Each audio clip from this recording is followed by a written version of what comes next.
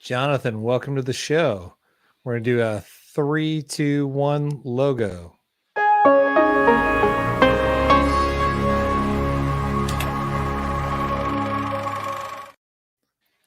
Awesome. Good to have you. Where you said you're back home. You're in Kentucky. Yes, Kentucky today, but I'll be back in LA tomorrow. Are you looking forward to getting back out west? Yes, looking forward to getting back busy. Have another film production I'm going to be a part of within the next month. So just ready to spearhead through pre-production and keep things rolling. Nice. I know I just keep waiting for the world to come back so I can get back on set and get busy. But it's happening sooner than I think any of us thought it might. So that's a good thing. So I had a chance to watch. You've got 3 films on Reveeld currently. You have Running, Chocolate Milk, and Beauty Mark. Yes, do you have a preference of what you want to talk about first? Because we're going to talk about all 3 of them. Let's go chronologically. Which one came first? Chocolate Milk. Chocolate Milk. Okay, so tell the audience the basic premise of it, and then we'll get into some questions. Yeah, so Chocolate Milk deals with a young African-American student of color who's dealing with identity issues and figuring where he fits in his world that's perceived to be only Black or white. So that's the premise of that, and it kind of just deals with self-identity and him trying to mend both worlds. He's a Black kid who hangs with a predominantly white group of friends, and he yearns to have some kind of cultural connection to the other Black students on campus. That he sees that he's not a part of their world, and his journey to discover how to mend both worlds together and not have to compromise. What I like about it seems to be a staple of your work, at least what I've seen on Reveeld, is you have a preference or a love for sort of music driven scenes. You're less a dialogue sort of script, and you let sort of music and just the characters' facial expressions and sort of the actions in the scene play out. Is that a style that you prefer, or was there a reason that sort of these projects predominantly use that style? It's 2 things. One, a lot of these films they are my films when film school. So in the earlier assignments, we are not allowed to use dialogue. So we have to figure out ways to, continue the story, which inherently helps us because it helps us develop as storytellers to not depend on dialogue heavy things to continue a story and keep going. So you just have a bunch of random talking, just over and over and over again. So yeah, that project was a 9 dialogue piece, and I used emotion and facial expressions and symbolism to kind of lead you through, the film and pinpoint you where you are. Is that a harder challenge to take away the dialogue and tell a story? It's almost a music video in a sense. Obviously, you're not even cutting to the band or the artist singing on camera. So is there a challenge to making sure the narrative works, even though you sort of have that lack of dialogue? Well, when it's a music video, it's kind of like it's music like wall to wall to wall. If you have a film that's not wall to wall, it's just kind of it just depends on what's going on. And yes, it's very challenging in the sense I feel like it's more challenging for actors. So if an actor doesn't know how to act without words, they could get stuck, I found it appropriately challenging. I mean, at first I found it like kind of irritating, like, oh, I can't use words. But then I really was like, wow, I get to tell something so different, and words are important because it's about what's going on in the story, and you really have to watch and pay attention. So that has become a staple in that if I don't feel like the characters need to talk, I don't write dialogue. I feel you. Listen, I'm a huge fan of things that it's a visual medium, and if they don't have to over explain everything, then let the visuals, let the characters sort of tell the story without having to. I dislike movies that just over talk things and over explain every little thing that's happening. So on that note, where do you find the music? How are you sourcing the music for your projects?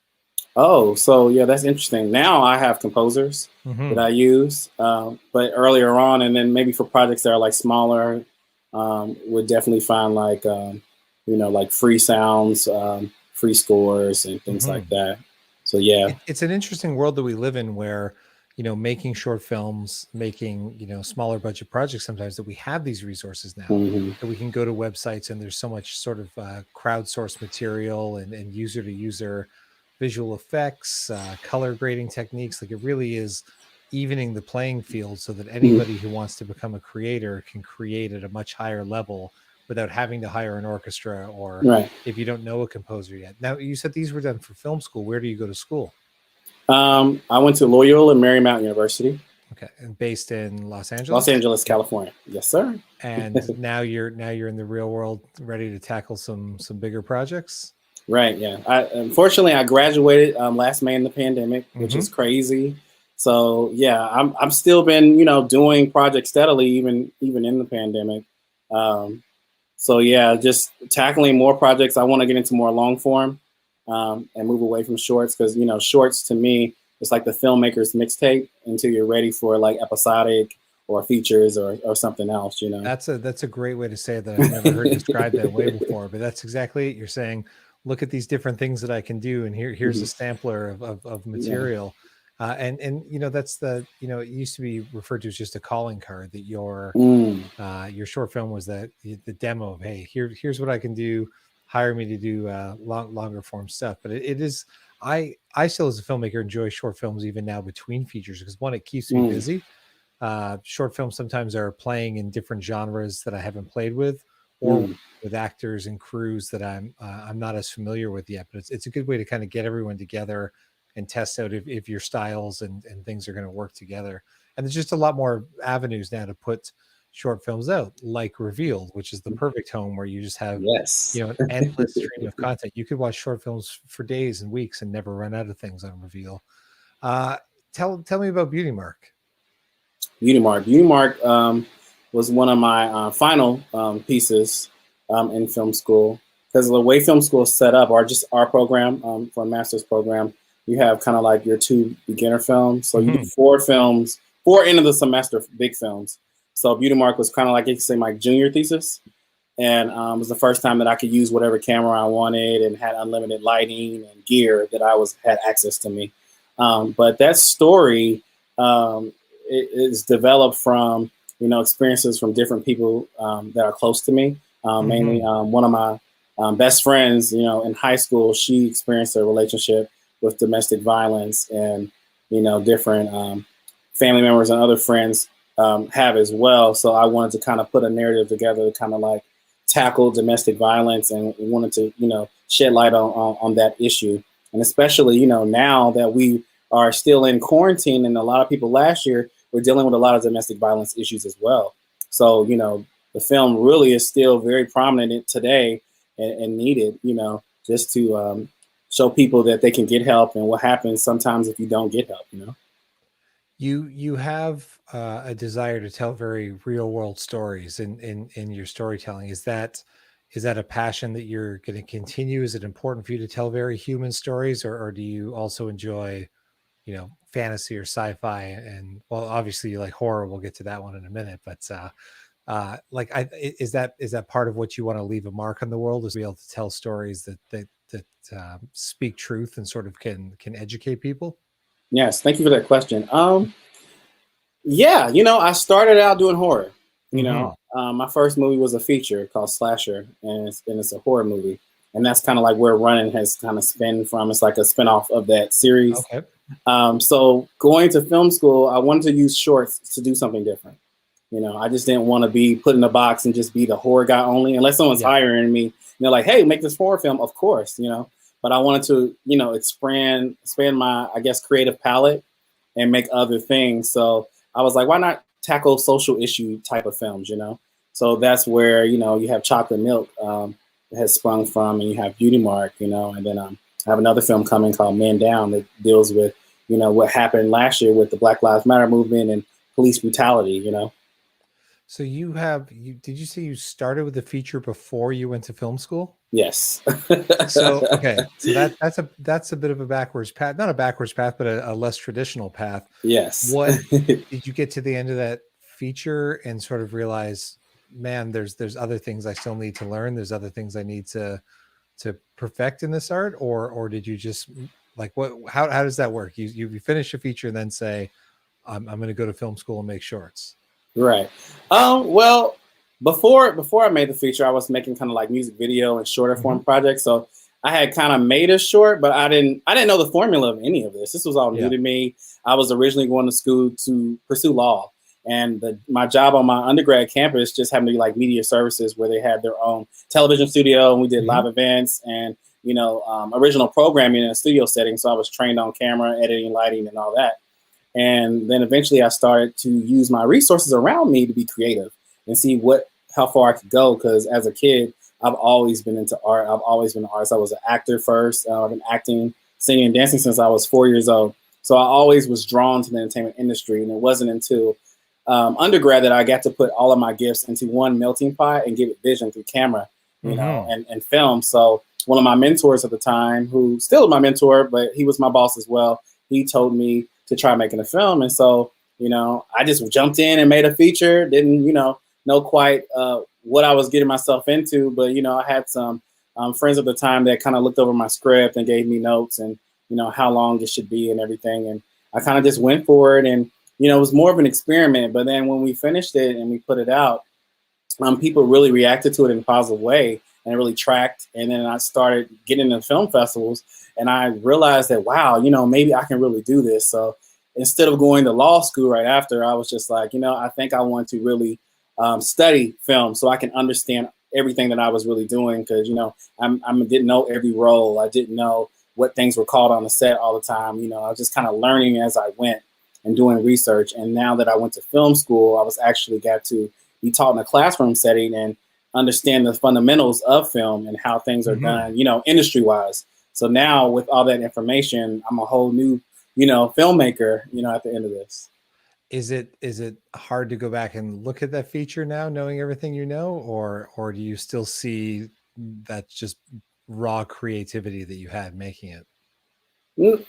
I learned a lot about continuity earlier on with already having to edit at that level. So in that sense, no. In the sense of like, have I grown from it? Yes. But, the way I look at that is that those are timestamps. Any film I've done prior is a timestamp of who I was and where I was at. And I'm proud of that. So I'm not ashamed of anything from the past. Sometimes it surprises me when people gravitate to something older. Like say if they watch Chocolate Milk and then they're like, oh, I really love Chocolate Milk. But I'm like, I have Beauty Mark, I have Man Down, which are, my more current ones where I've learned and grew a lot.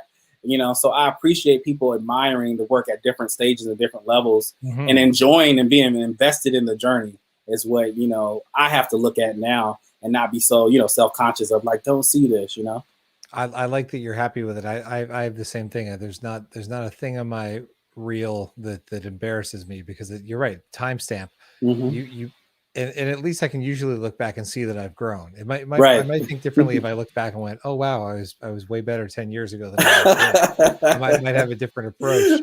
On the 3 films on Reveal, what are you're the writer director of those 3? Are there other roles that you're also taking on? Yes, and I've also produced them, and I am the editor as well. Yeah, I think I'm the editor. All 3. Do you enjoy multitasking, or is that just sort of the way that you came at it, where you had to wear multiple hats to get projects made? I have to wear multiple hats. Now, the way the industry works, everyone has a specific position. And, and the industry encourages collaboration because that's the way it works. But earlier on, I didn't have people who were there, like I had to shoot things myself. I had to edit things myself, and of course there's always people here and there to help and assist at different parts. But as far as overseeing these projects, I had to take the responsibility and the burden of making sure they were produced to fruition and were birthed, because each film is your baby. Yep. So, so it's not that I necessarily wanted to have like control like that, but, I had to spearhead them, but comfortably, professionally, I do want to be a writer, director, and, producer mostly. I'm trying to get away from, having to do everything, Do you find that being your own producer, your own editor makes you a better director because you're able to sort of problem solve and save money before you get to set? And then you're also, while you're on set, knowing you're going to edit it, are you able to sort of shortcut some things without, you know, so you can stay on budget but not lose quality, I guess is the best way to say it. Wow, that's a really great question. Yes, I say yes to that in the sense that I do direct as an editor. Yeah. Fun fact. I'm my own editor too, so it's a good, like, and I do find that saves me often, where it's like, oh, we're running out of time, and I can just in my head be like, well, we do this to this to this, we can cut that and that. Oh, great, let's go. Yeah, you're right on the money, because I do that thing, and a lot of people don't understand my shot list sometimes and why, you know, we need coverage, because coverage in film school was like drilled in there, because you hate to get out of production, and some people, unfortunately, I hate to say this, they're lazy. They just want to go home. And it's not about that. It's about when we came here to do our job. And then after that's over, you know, it's not fix it in post. It's like, let's fix it in production. Yeah. You know, and then when we get to post, we have saved ourselves, and we don't have headaches of like, oh man, I wish I would have got that shot, because now I can't cut it like this, or this shot that I originally planned didn't work, but I shot it differently from this angle. So maybe, you know, that worked better. So, or you had a cutaway that you didn't get, you know, to save you. So yeah, definitely. All those skills help me, and I'm grateful for it. Speaking of cutaways, running the goriest of your three films, all of those cutaways, were those planned and done on set, or did you have to come back and do any pickups for sort of some of the gore and the horror content? Kind of shot that consistently. I think I shot that between 2 weekends, I believe. So yeah, everything was done during the initial production. From what I recall, I kind of like just took inspiration from my feature and kind of just went there with the shots and different things. And then my DP was able to do interesting things with catching moments and hands twitching and, you know, all kind of stuff. But most of that was planned originally to get it done. For the most part, I think there was only one thing that I had to like kind of be tricky and shoot, like somebody's body who wasn't really there, you know, at the same time somebody was looking at it, you know. But other than that, like everything was pretty consistent, and when we shot it and how we shot it. Again, very, as we talked earlier, the very music-driven piece. How important is music to a horror film versus, say, a traditional drama film? You know, that's funny. I would say this. I would say music is important across the board for any film, because when you watch a cut of a movie and it doesn't have its music yet, you kind of trying to figure out how are you trying to feel, because music kind of guides us and tells us how to feel and tells us where we're at in the story. And it's very important with horror because it builds tension, it builds suspense, so you know something's coming, like you know, like that lets you know, caution, something's about to happen, or it might be a fake out, you know, a red herring. So I think it's very important to horror, but also very important to any narrative that you're doing, is that you want to kind of like guide the story with music a little bit. You know, you don't have to overdo it, unless, like you said, you're doing a music video, and Running is a music video hybrid short. You know, it's mostly the song. What I like about that project is it's the song that tells the story of it. And if you're not really listening or paying attention to the lyrics, you might kind of get lost in what is actually going on. Because I think a lot of people expected Running to have a traditional narrative of following the lead final girl and all that stuff. And this film is from the perspective of the killer. He's just a psycho who hides here, and then when victims pop up, he just picks them off one by one. You know, was that song? Did you expand the song, or was the song that long?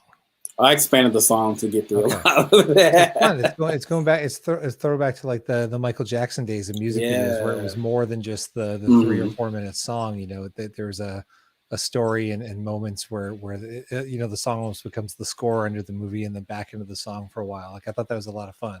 Oh, thank you. And you know, fun fact about that project is that song is actually on the soundtrack of my feature. Okay. And you know, I wanted originally to make music videos for those when I was filming the feature originally, but I just didn't have time, and I was getting ready to graduate undergrad, and so I just kind of put it on the back burner. But when I got the opportunity to make some other projects in film school, I decided to use 2 of the songs that were on my soundtrack and make them into shorts, which I was like, that would be more interesting. So then I'm kind of like having my own slasherverse, you know, created my own horror universe, kind of similar to you how beat me like to it. I was going to say these are two films in the Rowan cinematic universe. Yeah, and even my dramas, some of them take place in the same universe. Like I'll have like a poster, or like a chocolate milk poster, or somewhere from the flyer. I guess he was looking at like somewhere else. So I think all that's fun, and it's kind of cool and unique that you can kind of create your own world, you know, your own cinematic world. And I'm definitely proud of that. I'm happy to keep doing more, you know, with all of that. I had an actor once that played a cop and everything that I did, and I was like, one day we'll just have to like make a separate short film about this cop and how all of these things happened on the same day. And it was like just his worst day on the job, where all of these incidents occurred on the same day. Oh, wow. So like have him like get home and kick his feet up and crack a beer. And then like the radio goes off again. He's got to go out to this, and then it goes into these, but we never got around to it. But that's dope though. That's funny. I like one that. Day. One day we'll get back when it's like his retirement party. He's telling the story of like the worst day he ever had on the job. You said you've got a short film coming up. When do we expect to see that, and might we see that on Reveeld also? Oh, of course. I love my relationship with Reveeld. Beauty Mark's really tracking and doing really well across the board. So most definitely. So I have two projects that I plan to eventually usher into Reveeld right now. Is my film Man Down. That was my thesis film in film school, and that's doing its film festival circuit right now. So that's what it's doing.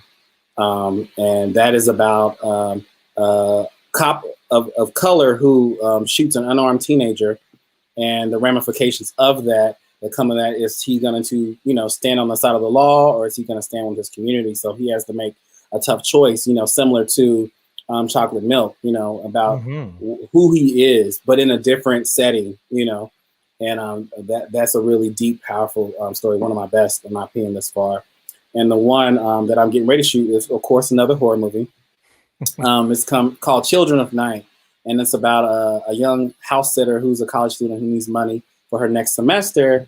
And she ends up house sitting for this young, illustrious power couple who are secretly vampires. And they're looking to add her to their you know, eternal family, so to speak. So it's going to be fun to see, you know, all the things she explores in their house, and if she'll even survive the night. That is right up my alley, and I will look for that one. So, Jonathan, it's been a pleasure.